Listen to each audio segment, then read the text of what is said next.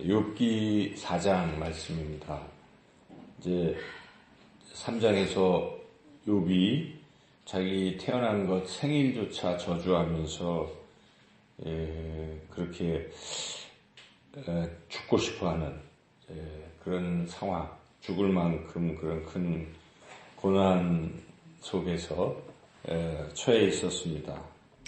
그 옆에서 욥을 일주일 동안 지켜봤던 친구들, 욥이 참 힘들겠구나 하고 공감을 했었고, 사실은 너무 힘들어하니까 말 한마디 안 하고 그냥 이렇게 지켜만 보고 위로하였던 그 친구들이 욥이 한 말을 들으면서 좀 충격을 받았습니다. 욥이 잘 인내하다가 이렇게 죽겠다고 했을 때, 그래서 그 친구들 세 사람들이 나이 순서대로 엘리바스, 빌닷, 소발 이렇게 세 사람이 번갈아가면서 이제 욥에게 충고를 해줍니다. 그래서 욥에게 충고하면 욥이 또 뭐 답변을 하고 또 충고하고 답변하고 이렇게 한 사람씩 나서서 쭉 얘기를 하고 또 다시 또 얘기를 하고 또 얘기를 하고 한 3번에 걸쳐서 반복해서 이야기하는 내용이 이제 4장부터 27장까지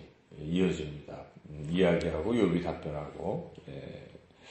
그래서 오늘 우리가 읽었던 이 말씀은 첫 번째 나이 제일 연장자인 엘리바스가 나서서 이야기하는 것인데 이게 5장까지 이어집니다. 그리고 욥이 여기에 대해서 답변하는 게 6장에서부터 7장인데요. 오늘 그 엘리바스가 입을 열어서 한 첫 번째 시작하는 그런 말인데 이러한 친구들의 이런 말들이 과연 옳은 것인지 그른 것인지, 욥의 답변이 옳은 것인지 그른 것인지 우리가 이걸 어떻게 판단해야 하냐면 마지막 부분에 나중에 하나님께서 평가를 해주시거든요. 그래서 욥의 세 친구들은 잘못했다.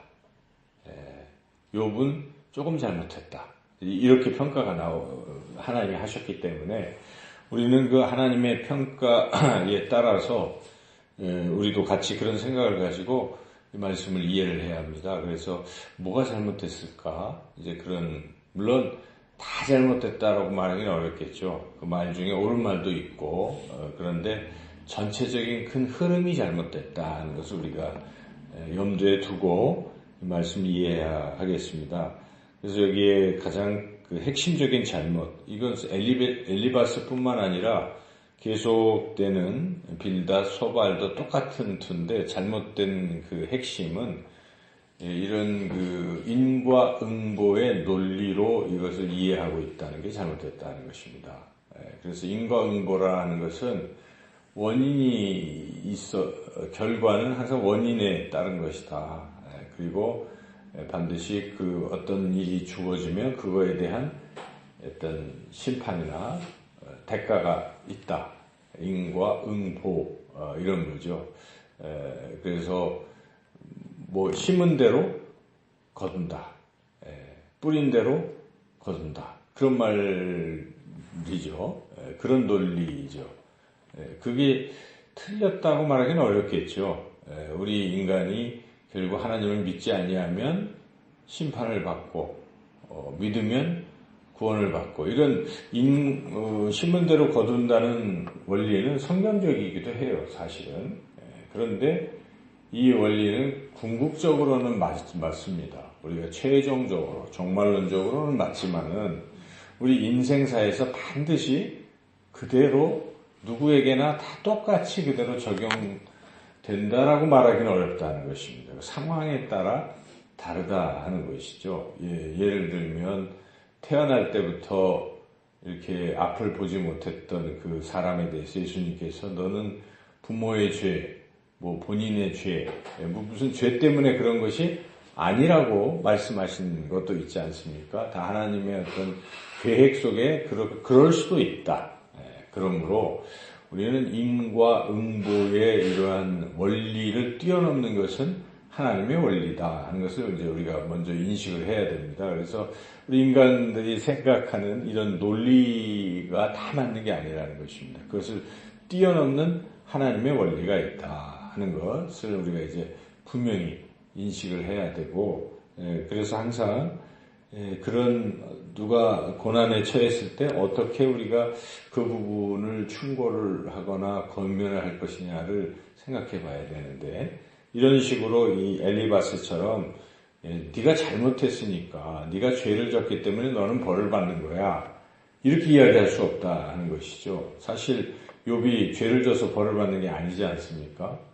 그다 하나님의 어떤 섭리 가운데 지금 그렇게 고난을 당하고 있는 것인데, 지금 이 세 친구들은 그저 자기네들의 그동안 경험, 전통, 상식, 인간들의 논리, 이런 걸 가지고 지금 평가를 하고 있는 것이니까 마치 자기네들이 하나님인 듯 이렇게 지금 평가를 하고 있는, 이런 것들이 총체적으로 잘못됐다는 것입니다. 그래서 하나님께서 이 세 친구들의 평가를 그렇게 옳다라고 말씀하시지 않죠.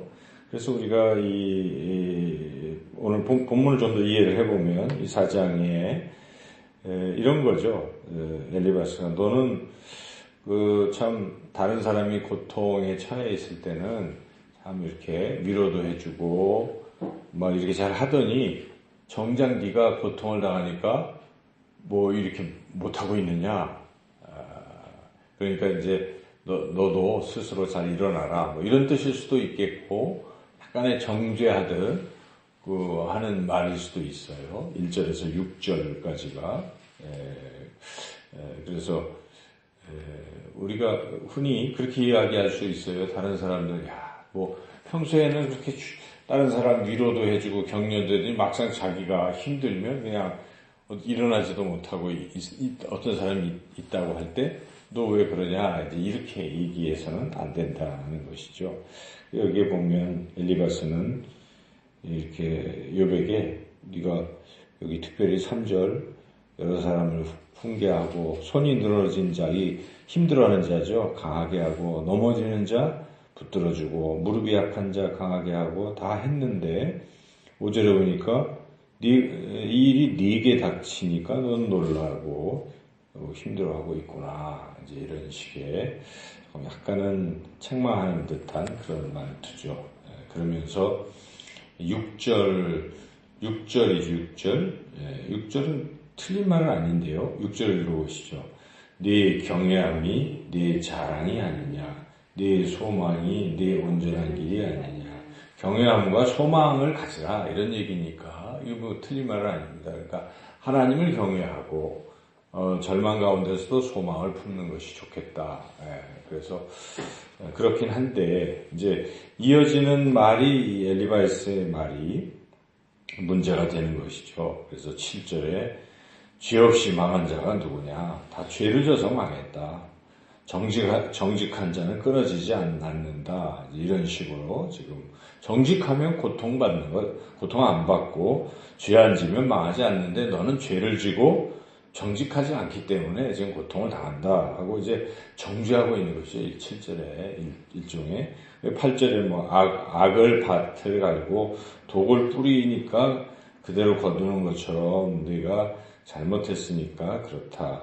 인과 응보의 논리로 계속 이렇게 야단을 치고 있는 이런 형국이죠. 그래서 여기에 잘못됐다는 것입니다. 그래서 우리가 다른 이들이 고난에 빠지고 어려움을 겪을 때 우리가 그 상황을 잘 모르지 않습니까? 그럴 때 함부로 이야기하면 안 됩니다. 그래서 첫 번째는 공감을 해야 되는 것이죠. 그래서 엘리바스가 옳게 얘기한다고 친다면 이렇게 해야 될지도 모릅니다. 그래, 왜 이렇게 아프냐? 너는 어떻게 생각하느냐? 하면서 들어봐야 되죠. 근데 말을 듣지도 않고 그냥 이런 식으로 하는 부분들이 사실은 잘못된 충고라고 볼 수가 있습니다. 그래서 우리가 항상 어려움 당하는 분들은 위로하고 하나님이 당신과 함께 하시고 이것을 해결해 주실 것입니다. 이렇게 하는 것이 옳은 것이죠. 그런 것이고요. 실제로 우리는 잘 모르는 거예요. 그래서 우리가 분석하고 당신 이래서 이렇다 이렇게 이야기하는 것은 대체로 틀린 이야기가 될 수가 있습니다. 그 사람에게 오히려 가슴을 더 아프게 할 수도 있어요. 그래서 우리는 그냥 듣는 것입니다. 들어주고 스스로 하나님 앞으로 나아갈 수 있도록 그렇게 안내해 주는 것이 옳죠. 그게 사실 정답이죠. 그래서 그렇게 했어야 되는데 지금 엘리바스는 그냥 넌 잘못했으니까 벌을 받는 거야. 이런 식의 이런 얘기를 했다 하는 것입니다. 그러면서 엘리바스는 한술 더 떠서 12절부터는 자기 인생의 체험까지 또 여기다 덧붙여서 이야기하는 것이죠. 내가 한때 뭐 이런 어떤 신비한 경험을 했다. 어떤 영이 내 앞에 이렇게 지나가서 15절에 내 몸이 털도 주뼈 탔을 정도로 그런데 그 영이 뭐 하면서 나한테 이야기했다. 이야기한 내용이 이제 17절부터 하나님 인간은 하나님 앞에 아무것도 아니고 하나님은 사람도 믿지 않고 뭐 이런 식으로 아무것도 아니다 인간들은 하나님 위대하다 뭐 이런 얘기를 하는 거죠.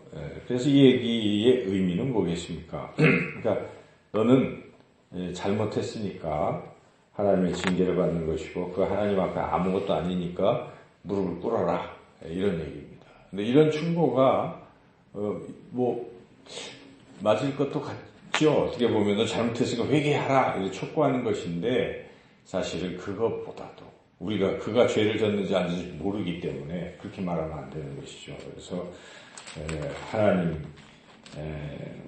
앞에 그냥 이렇게 나아가라 하는 정도가 어쩌면 옳을 수도 있었는데 엘리바스가 좀 주제넘게 이렇게 욥의 잘못 때문에 그렇다라고 자기가 선입견을 가지고 그런 식으로 막 몰아붙이는 이런 것이 잘못됐다. 우리 오늘 본문을 통해서는 그것을 깨닫고 우리 삶에서 적용을 한다면 우리가 힘들고 어려운 이웃들이 있을 때 위로하고 격려하고 또 하나님의 함께 하심을 나누어주고 또 그를 위해서 간절히 기도하는 것 그것이 이제 올바른 것이죠. 근데 자꾸 우리 생각 상식이 그걸 가지고 그때그때마다 판단해서 평가하고 하는 것은 옳지 못하다.